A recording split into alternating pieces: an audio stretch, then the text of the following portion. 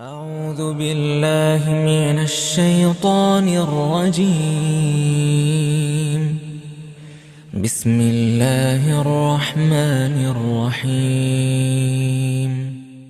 كذب أصحاب الأيكة المرسلين إذ قال لهم شعيب ألا تتقون إني لكم رسول أمين فاتقوا الله وأطيعون وما أسألكم عليه من أجر إن أجري إلا على رب العالمين أوفوا الكيل ولا تكونوا من المخسرين وزنوا بالقسطاس المستقيم ولا تبخسوا الناس أشياءهم ولا تعثوا في الأرض مفسدين واتقوا الذي خلقكم والجبلة الأولين.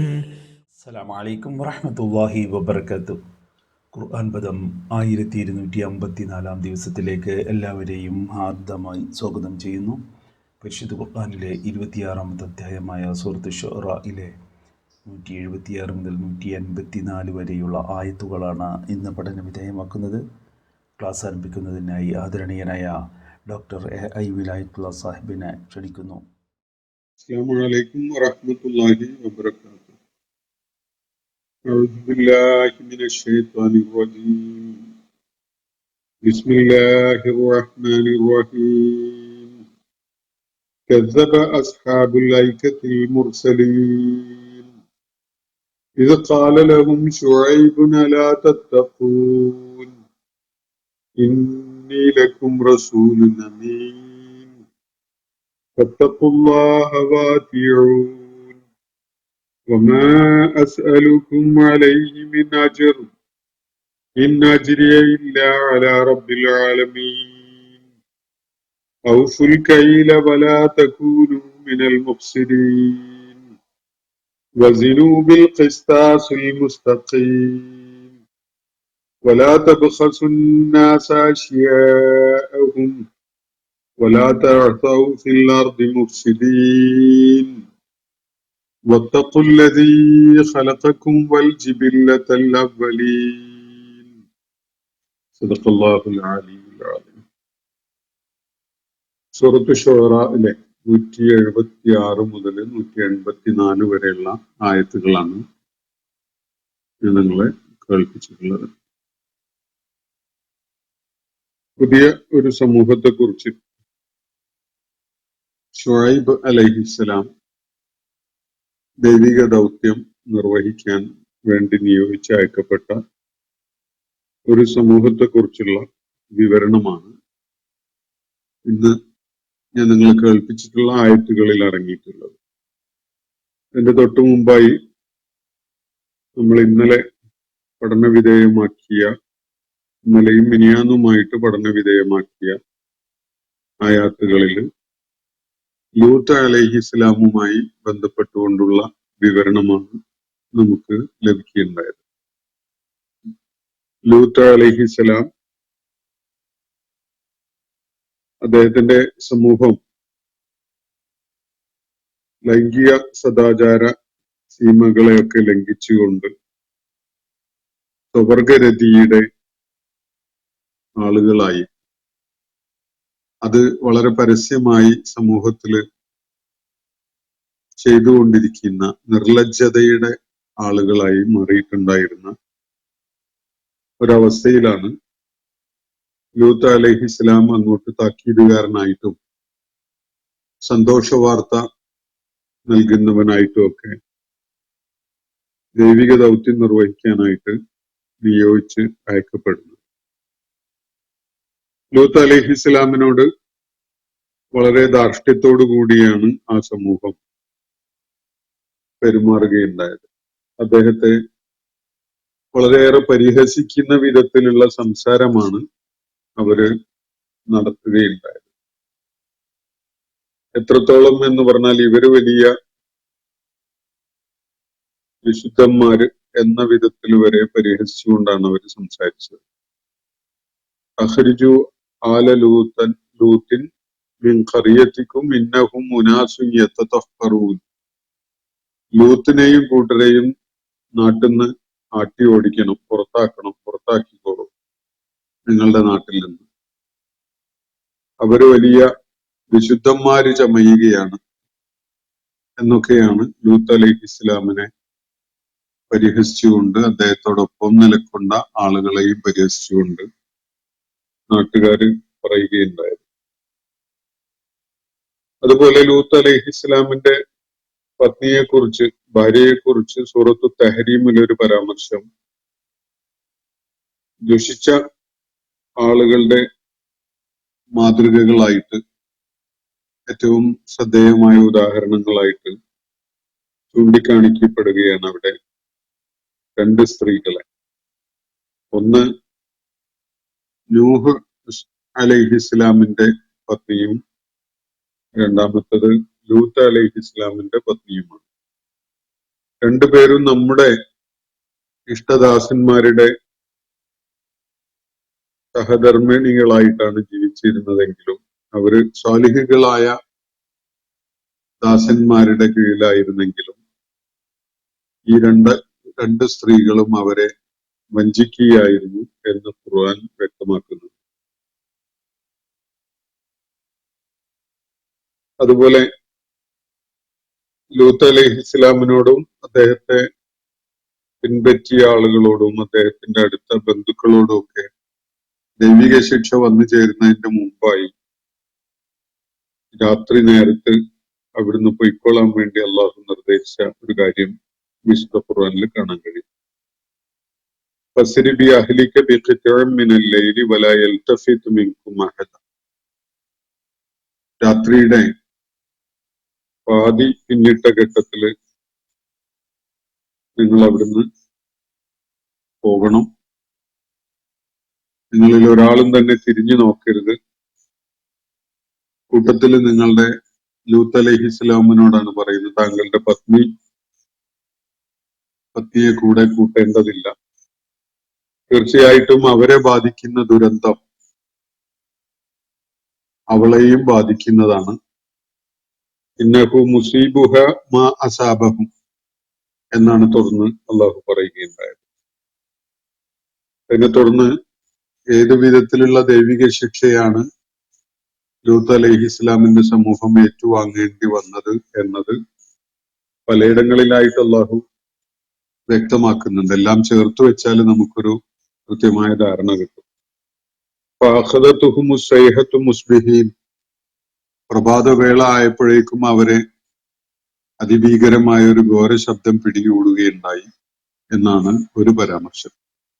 അപ്പോ അതിശക്തമായ ഒരു ശബ്ദം, ഒരു ഞെട്ടി വീഴുന്ന ആളുകള് മരിച്ചു വീഴാൻ കാരണമാകുന്ന വിധത്തിലുള്ള അതിഭീകരമായ ഒരു ശബ്ദം,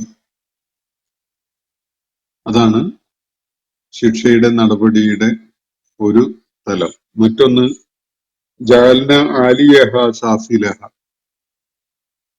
ആ നാടിനെ നാം അടിമേൽ മറിച്ചു എന്നാണ് അള്ളാഹു പറയുന്നത്.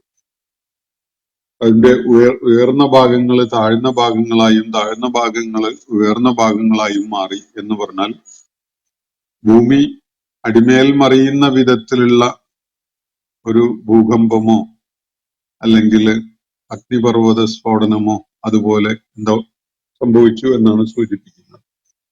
ആ നാടിനെ അടിമേൽ മറിച്ച വിധത്തിലാക്കി കളഞ്ഞു. മറ്റൊരു പ്രയോഗം വംതർന അലൈഹിം ഹിജാറത്തൻ മിൻ സിജ്ജീൽ. ചുട്ടുപഴുത്ത വലിയ ശിലകള് നാം അവരുടെ മേൽ വർഷിച്ചു എന്നാണ് അള്ളാഹുവിടെ പറയുന്നത്. ഇത് അഗ്നിപർവ്വതത്തിന്റെ ഫലമായിട്ട് ആ ഇറപ്ഷനിൽ മുകളിലോട്ട് പൊങ്ങിയിട്ട് ഭൂമിയുടെ അന്തർഭാഗത്തു നിന്നും മുകളിലോട്ട് പൊങ്ങി അവരുടെ മേൽ വന്ന് പതിച്ച ആ അഗ്നിപർവ്വതത്തിന്റെ ലാവയും വലിയ ശിലകളൊക്കെ അടങ്ങിയിട്ടുള്ള വലിയ പാറക്കഷ്ണങ്ങളൊക്കെ അടങ്ങിയിട്ടുള്ള വിധത്തിൽ അവരുടെ മേൽ പതിച്ച് അവര് നശിക്കാൻ കാരണമായി എന്നൊരു നിലക്ക് കാണാം. അതല്ലെങ്കിൽ ഫോസ്ഫറസ് പോലെയുള്ള ഗന്ധകശിലകൾ അവരുടെ മേൽ പതിക്കുന്ന വിധത്തിലുള്ള ഒരു ശിക്ഷ വന്നിറങ്ങി എന്ന നിലക്ക് കാണാം. അതുപോലെ ഇന്ന അർസൽന അലൈഹിം ഹാഷിബ എന്നും മറ്റൊരിടത്ത് കാണാം. അവരുടെ നേരെ അതിഭീകരമായ കൊടുങ്കാറ്റ് നാം അഴിച്ചുവിട്ടു എന്നും പറയാം, എന്നും പരാമർശിക്കുന്ന കാണാം. അപ്പൊ ഇതെല്ലാം അടങ്ങിയിട്ടുള്ള അതിഭീകരമായ ഘോരശബ്ദം, ഒരു അതിശക്തമായ പ്രകമ്പനം, ഭൂമി അടിമേൽ മറിഞ്ഞ അവസ്ഥ, അതുപോലെ ചുട്ടുപഴുത്ത ശിലകള് അവരുടെ മേൽ വന്ന് വർഷിക്കുന്ന വിധത്തിലുള്ള ഒരു കാര്യം, അതിശക്തമായ കൊടുങ്കാറ്റ്, ഇങ്ങനെയുള്ള നമുക്ക് കേട്ടുകേൾവിയുള്ള സകല പ്രകൃതിക്ഷോഭത്തിന്റെ അടയാളങ്ങളും ലക്ഷണങ്ങളും നശിപ്പിച്ചവുമായി ബന്ധപ്പെട്ടുകൊണ്ടുള്ള പരാമർശങ്ങളിൽ സൂചിപ്പിക്കപ്പെട്ടതായിട്ട് കാണാൻ സാധിക്കും. ഈ വിധത്തിലാണ്, അല്ലെങ്കിൽ ഈ വിധത്തിലൊക്കെയാണ്, ഇതെല്ലാം അടങ്ങിയ വിധത്തിലാണ് അത്രയും രൂക്ഷമായ, അത്രയും ഭീകരമായ ഒരു പ്രകൃതി ക്ഷോഭമാണ് അള്ളാഹു അവിടെ സൃഷ്ടിക്കുകയുണ്ടായത് എന്നതാണ് വിശുദ്ധ ഖുർആനിലെ പലയിടങ്ങളിലായിട്ട് നൽകപ്പെടുന്ന വിവരണങ്ങളിൽ നിന്ന് മനസ്സിലാക്കാൻ സാധിക്കുന്നത്. അപ്പോ ലൂത്ത് അലൈഹിസ്ലാമുമായി ബന്ധപ്പെട്ടുകൊണ്ടുള്ള വിവരണത്തിന്റെ ചില വിശദാംശങ്ങൾ കൂടി പങ്കുവെക്കാമെന്ന് കഴിഞ്ഞ ദിവസം ഞാൻ സൂചിപ്പിച്ചിരുന്നു. അക്കാര്യമാണ് ഞാനിപ്പോ നിങ്ങളുമായി പങ്കുവച്ചിട്ടുള്ളത്. ഇനി ഈ പുതിയ സമൂഹത്തെ കുറിച്ചുള്ള വിവരണത്തിലേക്ക് വരാം. ഇന്ന് നമ്മൾ വായിച്ചു വെച്ചിരിക്കുന്ന ആയത്തുകൾ 176 മുതൽ 184 വരെയുള്ള ആയത്തുകളിൽ നമുക്ക് ശ്രദ്ധ കേന്ദ്രീകരിക്കാം. കസബ അസ്ഹാബുൽ ഐക്കത്തിൽ മുർസലീൻ എന്ന് പറഞ്ഞുകൊണ്ടാണ് ഈ വിവരണം തുടങ്ങുന്നത്. ഐക്യവാസികൾ ദൂതന്മാരെ നിഷേധിച്ച് കളവാക്കി തള്ളിക്കളയുകയുണ്ടായി എന്നാണ് ആ വിവരണത്തിന്റെ തുടക്കം. സമാനമായ വിവരണമാണ് പല സമൂഹങ്ങളുടെയും കാര്യത്തിൽ നമ്മൾ കാണുകയുണ്ടായത്. ഈ സൂറത്തിന്റെ തുടക്കം മുതൽ ഇതുവരെയുള്ള ഭാഗത്ത് വിവിധ സമൂഹങ്ങളെ പരാമർശിച്ചുകൊണ്ട് ഇത്തരം വിവരണങ്ങൾ നമ്മൾ കാണുകയുണ്ടായി. ഇപ്പോ ഐക്യവാസികളെ കുറിച്ച്, ഐക്യ എന്ന സ്ഥലപ്പേരിൽ അറിയപ്പെടുന്ന ഒരു പ്രദേശം, അവിടുത്തുകാരെയാണ് ഇവിടെ സൂചിപ്പിക്കുന്നത്. ഷുഐബ് അലൈഹിസ്സലാം, നേരത്തെ നമ്മളുടെ മൂസ അലൈഹിസ്സലാമിന്റെ പ്രവാസകാലം അദ്ദേഹം ചെലവഴിച്ചത് ഷുഐബ് അലൈഹിസ്സലാമിന്റെ അടുക്കലാണ്.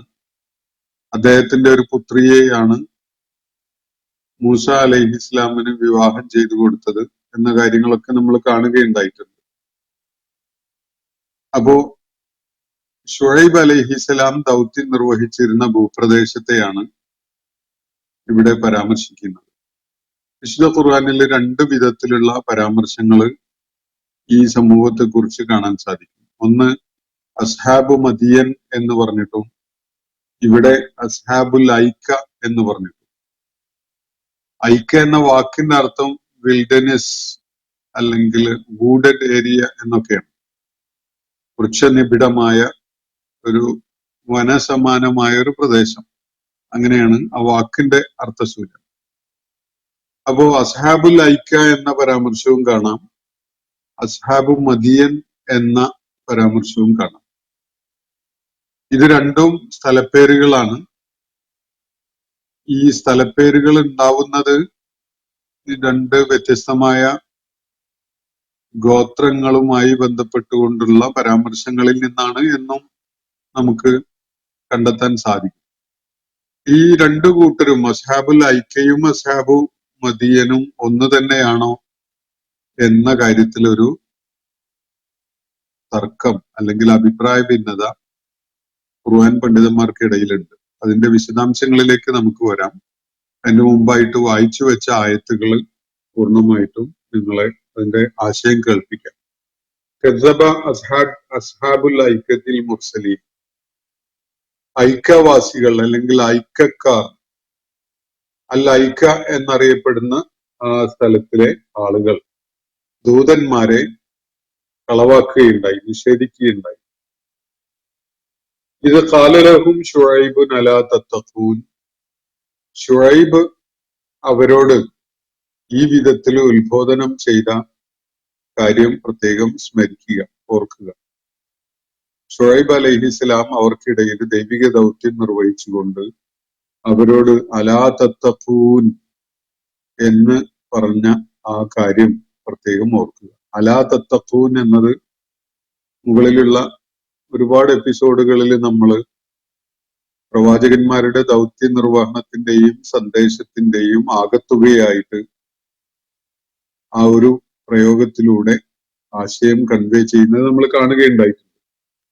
ഷുഐബ് അലൈഹിസ്ലാമും ഇവിടെ നിർവഹിച്ച ദൗത്യത്തെ അള്ളാഹു ഒരൊറ്റ വാക്കിൽ ഒരു ചെറിയൊരു എക്സ്പ്രഷനിലായിട്ട് സൂചിപ്പിക്കുകയാണ്. അലാ തത്തഖൂൻ, എല്ലാ പ്രവാചകന്മാരും വന്നിരിക്കുന്നത് മനുഷ്യര് തഖ്വയുള്ളവരായി മാറുന്നതിന് വേണ്ടിയാണ്.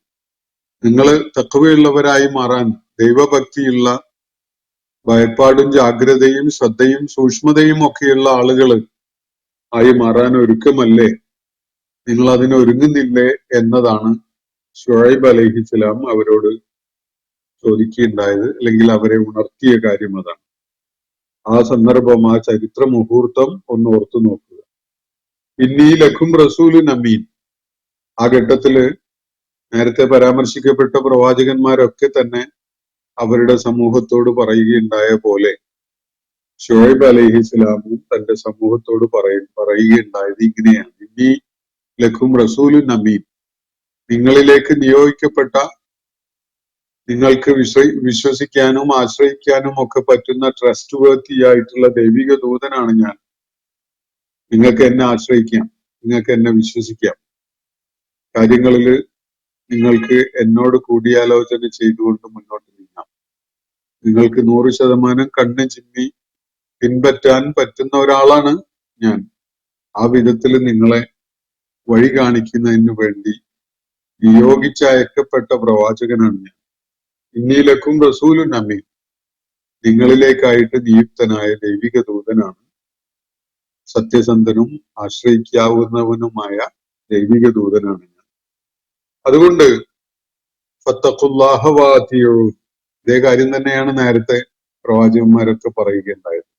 നിങ്ങൾ ജാഗ്രതയുള്ളവരായി, ദൈവഭക്തിയുള്ളവരായി, സൂക്ഷ്മതയും ശ്രദ്ധയും ഉള്ളവരായി ജീവിക്കുക, അള്ളാഹുവിനെ ഭയപ്പെടുക.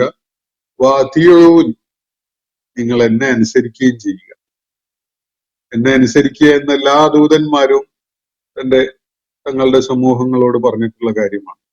വിശുദ്ധ ഖുർആനിൽ അത്തിയുല്ലാഹ വഅതിഉർ റസൂല എന്ന് പലയിടങ്ങളിലും നമുക്ക് കാണാൻ കഴിയും. അനുസരിക്കുന്നത് ദൂതനെ മാത്രമല്ല, ദൂതനെ അനുസരിക്കുന്നത് അള്ളാഹുവിനെ അനുസരിക്കുന്നതിന്റെ ഏറ്റവും പ്രകടമായ ഒരു രൂപമാണ്. അള്ളാഹുവിനെ അനുസരിക്കുന്ന ഒരു കാര്യമില്ലാതെ ദൂതനെ അനുസരിക്കൽ സാധ്യമല്ല. ദൂതനെ അനുസരിക്കാതെ അള്ളാഹുവിനെ അനുസരിക്കുന്നവരാകാനും സാധ്യമല്ല. അതുകൊണ്ട് അത് പരസ്പര പൂരകങ്ങളായ കാര്യമാണ് എന്നത് കാണാൻ കഴിയും. ഫത്തഖുല്ലാഹ വഅതിഊൻ. അള്ളാഹുവിനെ ഭയപ്പെടുന്ന, അള്ളാഹുവിനോട് ഭക്തിയും ബഹുമാനവും ആദരവും കാണിക്കുന്ന ആളുകളായി മാറുക, എന്നെ അനുസരിക്കുകയും ചെയ്യുക. വമാ അസ്അലുക്കും അലൈഹി മിൻ അജ്ർ. ഇതിന് നിങ്ങൾ എന്തെങ്കിലും സാമ്പത്തികമായ വിധേയത്വം കാണിക്കേണ്ടതില്ല. ഞാൻ നിങ്ങളോട് യാതൊരു പ്രതിഫലവും ചോദിക്കുന്നില്ല. മിൻ അജ്രിയ ഇല്ലാ അലാ റബ്ബിൽ ആലമീൻ. എനിക്കുള്ള പ്രതിഫലം ലോകങ്ങളുടെ തമ്പുരാൻ ചെയ്യുന്നതാണ്, അവന്റെ ഉത്തരവാദിത്വത്തിൽ പെട്ടതാണ്. എല്ലാ പ്രവാചകന്മാരും ഇങ്ങനെ തന്നെയാണ് സമൂഹത്തോട് പറഞ്ഞിട്ടുള്ളത്. എന്തെങ്കിലും ഭൗതിക നേട്ടം നിങ്ങളിൽ നിന്ന് കിട്ടാൻ വേണ്ടി, നിങ്ങൾ എനിക്ക് എന്തെങ്കിലും കപ്പം പിരിച്ചു തരാനോ നികുതി പിരിച്ചു തരാനോ, നിങ്ങളുടെ വിധേയത്വം തന്നുകൊണ്ട് നിങ്ങളെ ചൂഷണം ചെയ്ത് എനിക്ക് കഴിയാനോ വേണ്ടിയല്ല ഇത്. ഇത് നിങ്ങളുടെ ആവശ്യത്തിന് വേണ്ടി നിങ്ങളുടെ റബ്ബ് നിങ്ങളുടെ അടുക്കലേക്ക് എന്നെ നിയോഗിച്ച് അയച്ചിരിക്കുകയാണ്.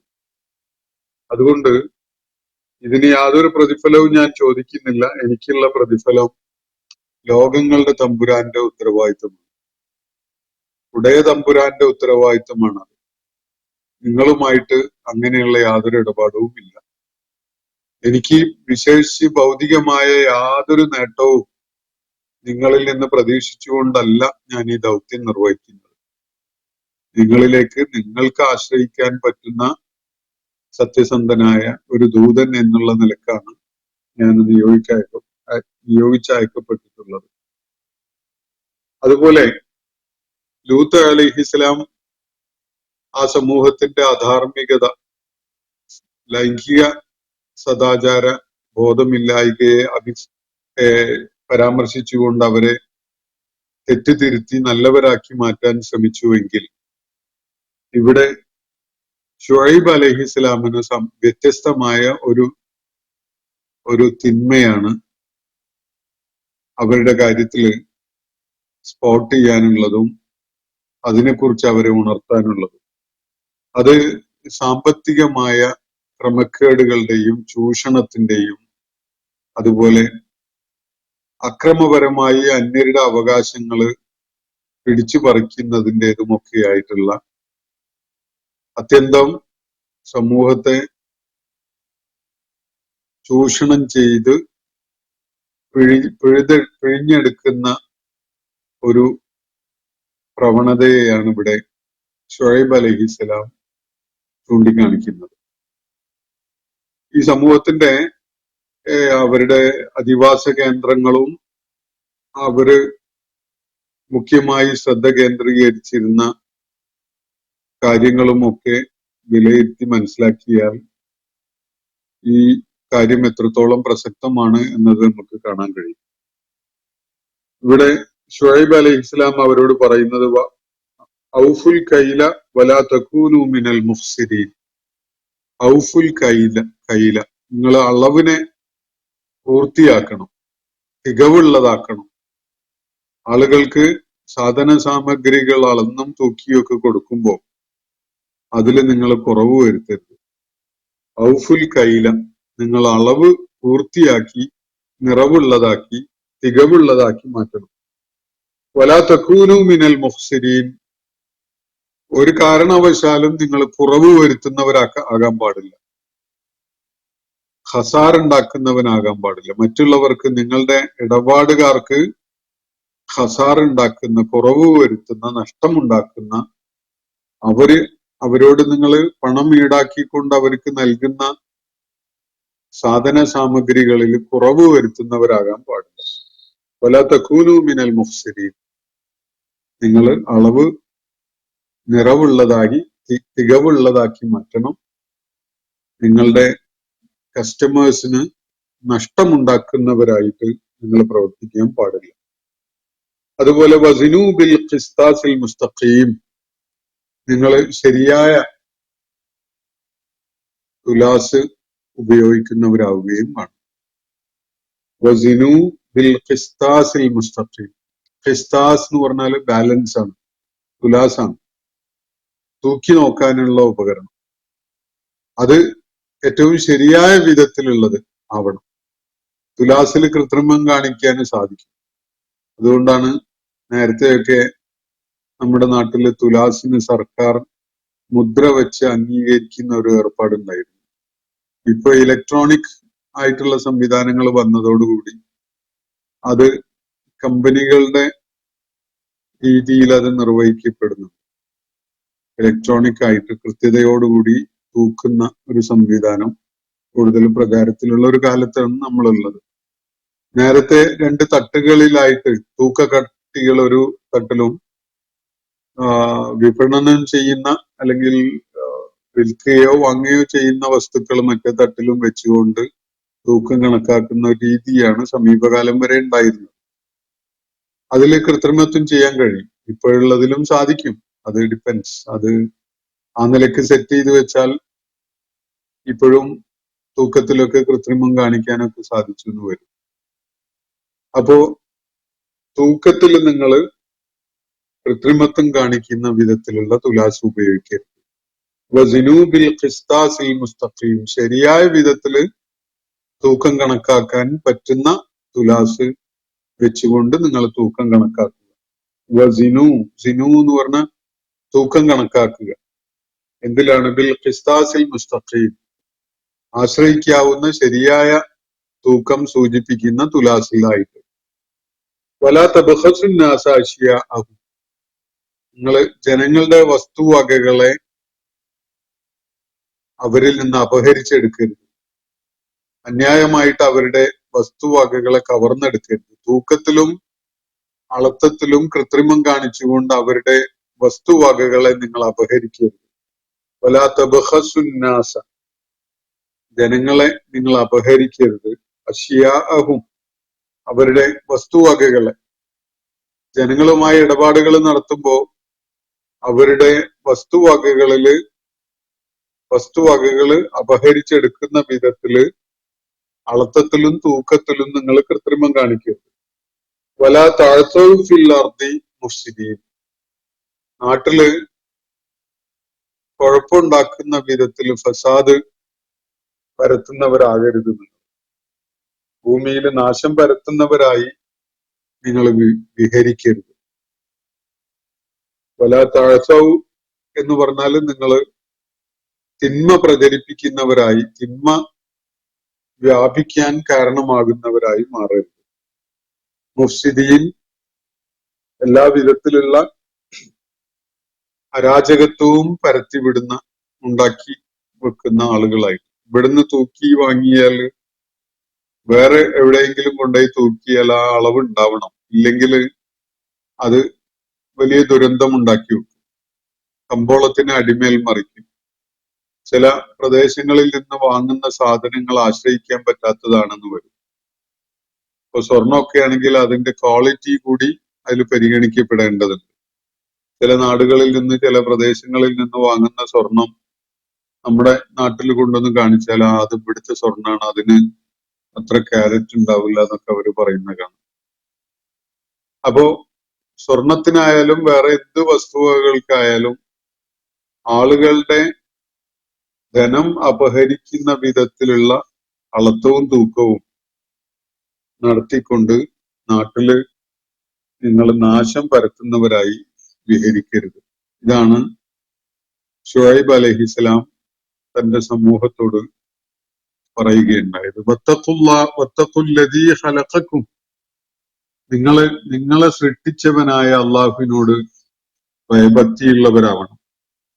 വൽ ജിബില്ലത്തുൽ അവ്വലീൻ, നിങ്ങളെ മാത്രമല്ല പൂർവികരായ എല്ലാ തലമുറകളെയും സൃഷ്ടിച്ചവനായ അള്ളാഹു നിങ്ങളെയും നിങ്ങളുടെ പൂർവികരെയും സൃഷ്ടിച്ചവനായ അള്ളാഹുവിനോട് തഖ്വയുള്ളവരായിട്ട് വേണം നിങ്ങൾ കഴിയാൻ.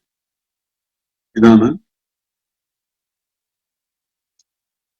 ശുഐബ് അലൈഹിസ്സലാം അദ്ദേഹത്തിന്റെ സമൂഹത്തോട് പറയുകയുണ്ടായത്.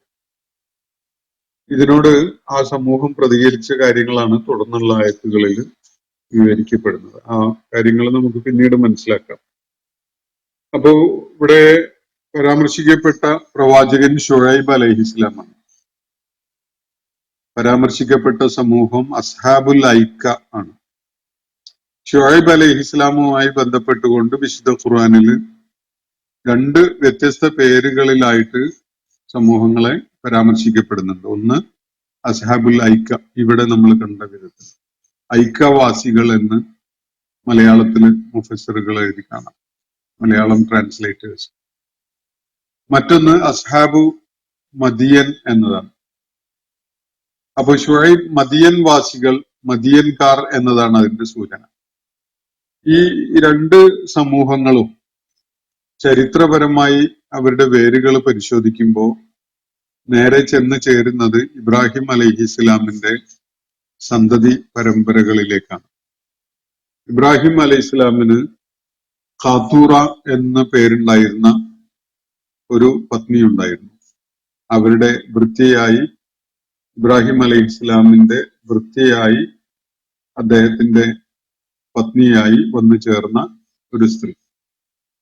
അവരുടെ മക്കളെയാണ്, ആ വംശത്തെയാണ് ബനു ഖാത്തൂറ എന്ന പേരിൽ ചരിത്രത്തിൽ പരാമർശിച്ച് കാണുക. അറേബ്യയിലെ ഈ സിറിയ, ഫലസ്തീൻ, അതുപോലെ ഇന്നത്തെ ജസീറത്തുൽ അറബ് പ്രദേശങ്ങളിൽ ഒക്കെ ഒത്തുചേരുന്ന ഒരു പ്രദേശത്താണ്.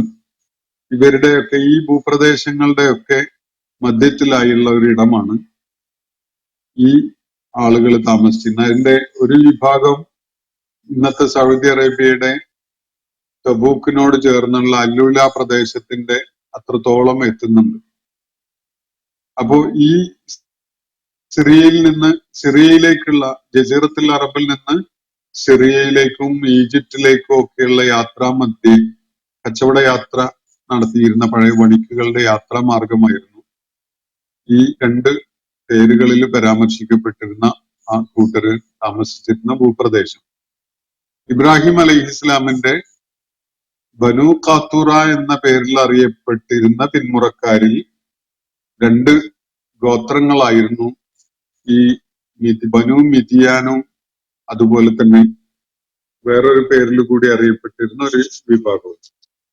അപ്പോ ആ പേര് ഞാൻ ശ്രദ്ധയിൽ മിദിയാൻകാര് ബനു മിദിയാനായിട്ടാണ് അറിയപ്പെട്ടിരുന്നത്. അതുപോലെ ദിദാനികൾ എന്ന പേരിൽ ഡിഡാനൈറ്റ്സ് എന്ന പേരിൽ അറിയപ്പെടുന്ന ഒരു വിഭാഗം. ഇവ രണ്ടും തന്നെ രണ്ട് പരസ്പരം ചേർന്ന് കിടക്കുന്ന വളരെ അടുത്ത ബന്ധമുള്ള ഗോത്രങ്ങളായിട്ടാണ് അറിയപ്പെടുന്നത്.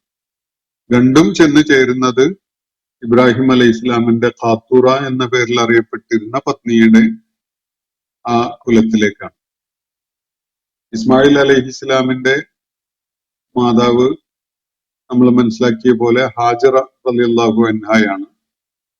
അതുപോലെ ഇസ്ഹാഖ് അലൈഹി ഇസ്ലാമിന്റെ മാതാവ് സാറ റളിയല്ലാഹു അൻഹയാണ്. ഇബ്രാഹിം അലൈഹി ഇസ്ലാമിന്റെ മറ്റൊരു പത്നിയാണ് ഖാത്തൂറ. ഖാത്തൂറയുടെ പുത്രനാണ് മിദിയാൻ എന്ന പേരിൽ അറിയപ്പെട്ടിരുന്ന ഒരു വ്യക്തി. അപ്പോ മിദിയാന്റെ ഒരു ലൈനിൽ അങ്ങനെ ബനു മിദിയാൻ എന്ന പേരിൽ അറിയപ്പെടുന്ന ഒരു വിഭാഗം, ഒരു ഗോത്രവും, അതുപോലെ ബിഡാനൈറ്റ്സ് എന്ന പേരിൽ അറിയപ്പെടുന്ന മറ്റൊരു വിഭാഗവുമായിട്ട് രണ്ട് ഗോത്രങ്ങളായിട്ട് ഈ ഖാത്തൂറയുടെ സന്തതികള് അങ്ങനെ അടുത്തടുത്തുള്ള പരിസര പ്രദേശങ്ങളിലായിട്ട് ഫലസ്തീനോടും ഈജിപ്തിനോടും അതുപോലെ ഈ സിറിയ പ്രദേശത്തിനോടും ജസീറത്തുൽ അറബിനോടും ഒക്കെ അയൽബന്ധമുള്ള വിധത്തിലുള്ള ഒരിടത്താണ് ഇവര്. ഇന്ന് മദിയൻ എന്ന പേരിൽ അറിയപ്പെടുന്ന ഒരു പ്രദേശമുണ്ട് ആ പരിസരത്തായിട്ട്. അത് സാമാന്യം വലിപ്പമുള്ള ഒരു ഭൂപ്രദേശമാണ്. അവിടെയാണ് രണ്ടറ്റങ്ങളിലായിട്ട് ഈ രണ്ട് ഗോത്രങ്ങൾ താമസിച്ചിരുന്നത്.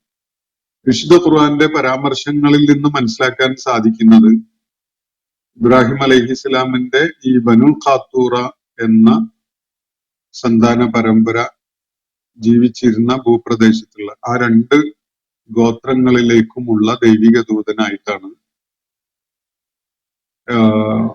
ഷുഐബ് അലൈഹിസ്സലാം നിയോഗിക്കപ്പെടുന്നത്. അസ്ഹാബു മദീന പരാമർശിക്കുന്നിടത്ത് അഹൂഹും ഷുഐബ് എന്നൊരു പ്രയോഗം കാണാം. അവരുടെ സഹോദരൻ ഷുഐബ് എന്ന ഒരു പരാമർശം.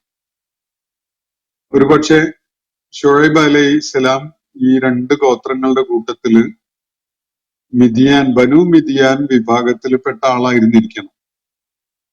അതുകൊണ്ടാവണം ഒരുപക്ഷെ ആ ഒരു പ്രയോഗം അവിടെ നടത്തുന്നത്.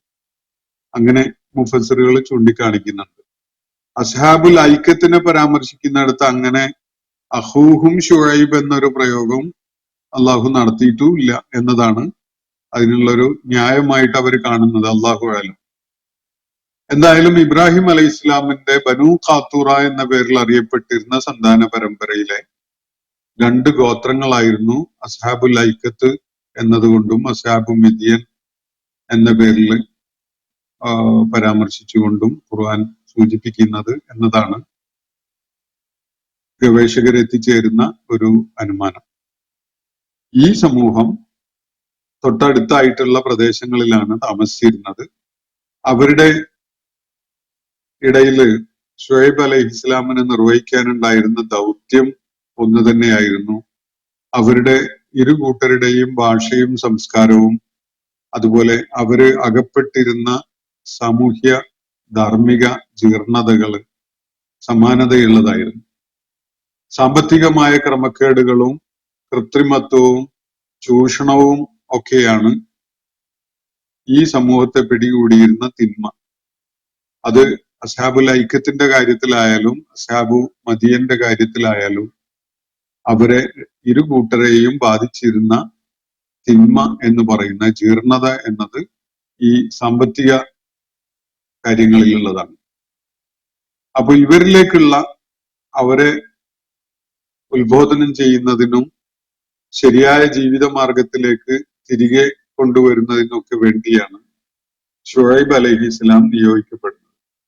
അവര് താമസിച്ചിരുന്ന ഭൂപ്രദേശത്തിന്റെ ഒരു പ്രത്യേകത എന്ന് പറയുന്നത് അറബികളുടെ ജസീറത്തുൽ അറബിന്റെ വിവിധ ഭാഗങ്ങളിലുള്ളവരും അതുപോലെ ഷാം പ്രദേശത്തിലുള്ളവരും ഈജിപ്റ്റ് പോലെയുള്ള സമീപ പ്രദേശങ്ങളിലുള്ളവരും ഒക്കെ അങ്ങോട്ടും ഇങ്ങോട്ടും കച്ചവട യാത്ര നടത്തിയിരുന്ന, ആ കച്ചവടത്തിന് വേണ്ടി നടത്തിയിരുന്ന യാത്രകൾക്ക് പ്രയോജനപ്പെടുത്തിയിരുന്ന യാത്രാമാർഗത്തിന്റെ ഒരു വളരെ സുപ്രധാനമായ മധ്യസ്ഥാനത്തായിരുന്നു ഈ രണ്ട് ഗോത്രങ്ങളുടെയും അധിവാസ കേന്ദ്രങ്ങൾ. അതുകൊണ്ട് തന്നെ കച്ചവട ചരക്കുകളുമായിട്ട് ആളുകള് നീങ്ങിയിരുന്നത് ഇവരുടെ പരിസരത്തു കൂടിയാണ് എന്നതിനാൽ അവരെ അതിലൂടെ കടന്നു പോകാൻ അനുവദിക്കാതെ ഈ കച്ചവടക്കാരുടെ മേൽ അവരുടെ ചരക്കുകൾക്ക് ചുങ്കം ചുമത്തുന്ന ഒരു ദുരാചാരം, ഒരു ദുർനടപടി അവർ ചെയ്യുമായിരുന്നു. അവരുടെ നാട്ടിലൂടെ കടന്നു പോകുന്നു, അവരുടെ ഭൂപ്രദേശത്തു കൂടെ കടന്നു പോകുന്നു എന്നതല്ലാത്ത യാതൊരു സംഗതിയും അവർക്ക് പറയാനുണ്ടായിരുന്നില്ല. കച്ചവട ചരക്കുകളിൽ അവർക്ക് എന്തെങ്കിലും വിഹിതം, പങ്ക് ഒന്നും ഉള്ളതല്ല കാര്യം. വാങ്ങുകയോ കൊടുക്കുകയോ അല്ലെങ്കിൽ വല്ല സേവനവും നൽകുകയോ ഒന്നും ചെയ്യുന്നില്ല. അവർ അധിവസിച്ചിരുന്ന ഭൂപ്രദേശത്തു കൂടെയാണ് ചരക്കുകളുമായിട്ട് ഇവര് കടന്നുപോയിരുന്നത് എന്നതിനാൽ കച്ചവടക്കാരുടെ മേൽ ഇവര് വലിയ ചുങ്കം ചുമത്തുമായിരുന്നു. അതിന് പ്രത്യേകിച്ച് ഒരു ന്യായവുമില്ല. ഒരു ന്യായമില്ലാത്ത വിധത്തില് ഈ രീതി, ചുങ്കം ചുമത്തുക എന്ന രീതി ആധുനിക ഭരണകൂടങ്ങൾ നിരന്തരം ചെയ്തുകൊണ്ടിരിക്കുകയാണ്. ഇപ്പോൾ നമ്മൾ കാണുന്നുണ്ട്. എല്ലാ സേവനങ്ങൾക്കും നികുതി പിടിച്ചു വാങ്ങുകയാണ് നമ്മുടെ ഭരണകൂടം, GST എന്ന പേരിൽ. ഞാൻ നിങ്ങൾക്ക് എന്തെങ്കിലും സേവനം ചെയ്തു തന്നാൽ അതിന് നിങ്ങൾ എനിക്ക് തരുന്ന വേതനത്തിന് പുറമെ സർക്കാരിലേക്ക് ഒരു നികുതി കിട്ടണം. ഇവിടെ കൊള്ളക്കാരനായിട്ട് വരുന്നത് ഭരണകൂടം തന്നെയാണ്. ആരുടെയോ മനസ്സിലുദിച്ച ഒരു കുബുദ്ധി നടപ്പിലാക്കിയിരിക്കുകയാണ്. ജനങ്ങൾക്ക് നമ്മൾ കൊടുക്കുന്ന, വിൽപ്പന ചെയ്യുന്ന, വാങ്ങുന്ന സാധനങ്ങൾക്ക് നികുതി ചുമത്തുക. അപ്പോ ഗൂഡ്സ് ആൻഡ് സർവീസസ് ടാക്സ് ആണ് GST എന്ന പേരിൽ വ്യാപകമായിട്ട് നമ്മുടെ നാട്ടിൽ നടപ്പാക്കപ്പെട്ടിട്ടുള്ളത്. വേറെയും പല നാടുകളിലും ഉണ്ടാകും. അത്തരം നാടുകളിൽ നിന്ന് കണ്ടിട്ട് ഇവിടെ ആരോ വലിയ ബുദ്ധി ഉപദേശിച്ചതാവും. സർക്കാരിന് ആളുകളെ, അതും സാധാരണക്കാരായ കൺസ്യൂമേഴ്സ് ആയ ആളുകളെ പരമാവധി പിഴുതെടുക്കാനും ചൂഷണം ചെയ്യാനും കഴിയുന്ന അതിനികൃഷ്ടമായ ഒരു നടപടിയായിട്ട് ആണ് ഈ സംവിധാനത്തെ എനിക്ക് തോന്നിയിട്ടുള്ളത്. വളരെ സമ്പന്നാണ് നമ്മളുടെ ഭരണ സംവിധാനങ്ങളൊക്കെ തന്നെ. എന്തിനും അവരുടെ കയ്യിൽ ഫണ്ടുണ്ട്. സംസ്ഥാന ഗവൺമെന്റുകൾക്ക് പണം ഇല്ലാത്തതുള്ളൂ. കേന്ദ്ര ഗവൺമെന്റിന്റെ കയ്യിലാണ് GSTയുടെ നിയന്ത്രണമൊക്കെ ഉള്ളത്. അത് സമീപകാലത്ത് തുടങ്ങിയ ഒരു സംഗതിയാണ്. ചെറിയ ചെറിയ തീപ്പെട്ടി വാങ്ങി വിൽക്കുന്ന പോലെയുള്ള സംഗതികൾക്ക് പോലും ഇത്തരം നികുതികൾ, ഇത് ഒരൊറ്റ നികുതിയല്ല. വിൽപ്പന നികുതിയും നിർമ്മാണത്തിനുള്ള നികുതിയും ആദായ നികുതിയും പോലെയുള്ള നികുതികൾ വേറെ ഒരുപാട് ഇതേ കമ്മോഡിറ്റിയുടെ പേരിൽ ബന്ധപ്പെട്ടവർ അടക്കുന്നുണ്ടാവും. അത് കൂടാതെയാണ് അഡീഷണൽ ആയിട്ട് ഈ ഗൂഡ്സ് ആൻഡ് സെയിൽസ് ടാക്സ് എന്ന്. ഇതിൽ എന്ത് സേവനമാണ് സർക്കാർ ബന്ധപ്പെട്ടവർക്ക് കൊടുക്കുന്നത് ഈ നികുതി ഈടാക്കാൻ എന്നത് ആലോചിക്കുമ്പോൾ നമ്മൾ ബോധരഹിതരായി പോകും. കാരണം ഒരു സേവനവും കൊടുക്കാതെ നികുതി ഈടാക്കുന്ന ഒരു സംവിധാനമായിട്ട് പലപ്പോഴും അത് നമുക്ക് കാണാൻ കഴിയും. എന്തായാലും ഇവിടെ ഷുഐബ് അലൈഹിസ്സലാമിന്റെ സമൂഹം, ഈ അസ്ഹാബു മിദിയൻ ആയാലും അസ്ഹാബുൽ ഐക്കത്തായാലും അവരുടെ നാട്ടിലൂടെ കടന്നു പോകുന്ന കച്ചവട ചരക്കുകളുമായി പോകുന്ന കച്ചവടക്കാരുടെ മേൽ അവരെ കൊള്ളയടിക്കുന്ന വിധത്തിലുള്ള നികുതി ഈടാക്കുമായിരുന്നു. അതിന് വിശേഷിച്ച് എന്തെങ്കിലും സേവനം അവർ ചെയ്തിട്ടൊന്നുമല്ല. അത് അക്രമപരമായിട്ട് ഞങ്ങൾ എന്നാലേ ഇതിലെ കടത്തി വിടുള്ളൂ എന്ന് പറഞ്ഞുകൊണ്ട് അവരെ ചൂഷണം ചെയ്യുക എന്നതായിരുന്നു അവർ ചെയ്തിരുന്നത്. അതിനോടൊപ്പം തന്നെ അളത്തത്തിലും തൂക്കത്തിലും ഒക്കെ കൃത്രിമത്വം കാണിക്കുന്ന നാട്ടില് വലിയ കുഴപ്പമുണ്ടാക്കുന്ന വിധത്തില് സാമ്പത്തികമായ ക്രമക്കേടുകൾ വ്യാപകമാക്കുകയായിരുന്നു ആ സമൂഹം. അപ്പൊ ഇവരെ ബാധിച്ചിരുന്ന ജീർണത ആ തലത്തിലുള്ളതായിരുന്നു.